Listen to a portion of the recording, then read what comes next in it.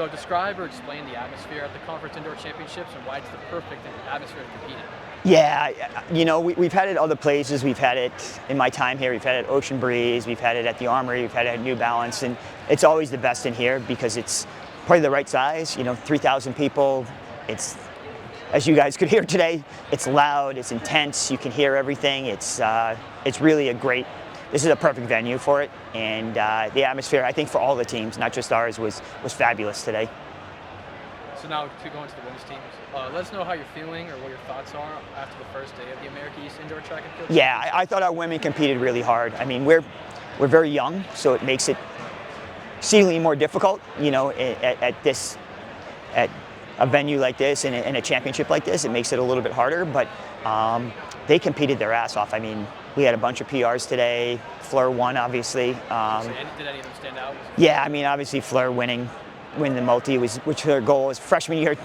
Now as a senior, she finally gets it done. So we were really, really happy with her today. And then any qualifier for tomorrow? Yeah, I think anybody that was slated to advanced. I mean, Gianni looked like the class of the field today, so it'll be fun to watch her compete tomorrow. What's do tomorrow's competitors need to do to break through the barriers and compete at a high level in the final day? Yeah, it's it's so hard especially for our younger kids to really get that. I think our older kids like Gianni and Fleur, obviously, should win a few events, and we just want to see those other kids fighting. If not for points, just fighting to beat people, and that's what we talked about coming into the championship. Is in order for the women's team to grow, we need to fight to beat people and not worry so much about time. Just have that fight. So now to drift into the men's team. Yep. So relatively the same questions, but what are your takeaways as we wrap up the opening day? We advanced everybody we should have, which puts us in a good spot. We did great in the long jump. Derek and Brandon are great in the multis. We advanced everybody we thought we would advance in basically every event. So that's a nice way to come out of day one. We scored more points than we thought in the 1,000. We scored what we thought we could have.